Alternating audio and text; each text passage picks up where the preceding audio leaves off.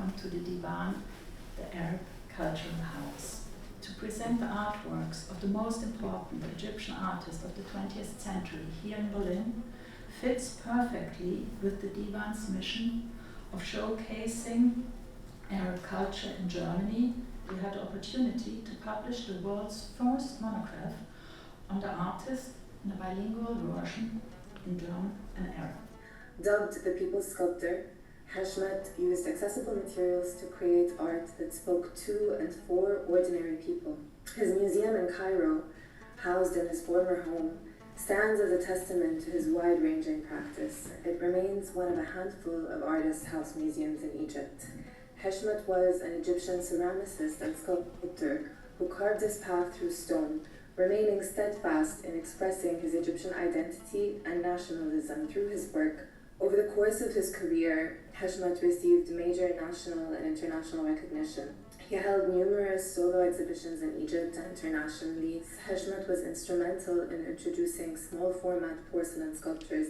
Looking at Heshmat's practice more broadly within the history of modern art in Egypt, his work aligns with the trajectory of artistic production concerned with developing a distinctly Egyptian visual language, one rooted in local realities. In this regard, Heshmat's focus on the Egyptian woman resonates with broader currents in modern Egyptian art. As a sculptor, Heshmat worked on a monumental scale.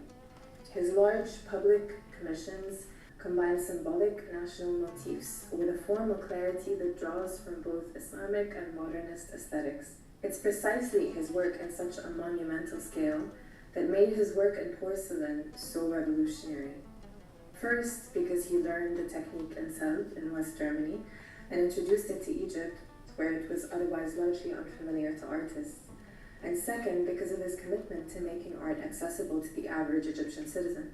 Heshmat's sculptural practice is characterized by a sensitive negotiation between historical reference and contemporary form.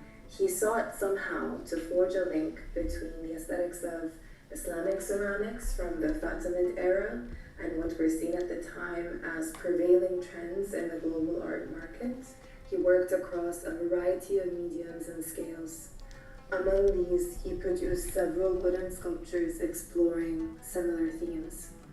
Here we can see a family of fallahin whose faces are intentionally emitted, with bold lines emphasizing an abstracted figuration. In tracing Hassan Heshmat's artistic journey, we see more than just a sculptor's evolution. We witness a visionary who bridged tradition and modernity, monumentality and accessibility, history and everyday life. Through his unique fusion of ancient Egyptian motifs, Islamic aesthetics, and modernist forms, Heshmat crafted a visual language that spoke directly to the Egyptian people.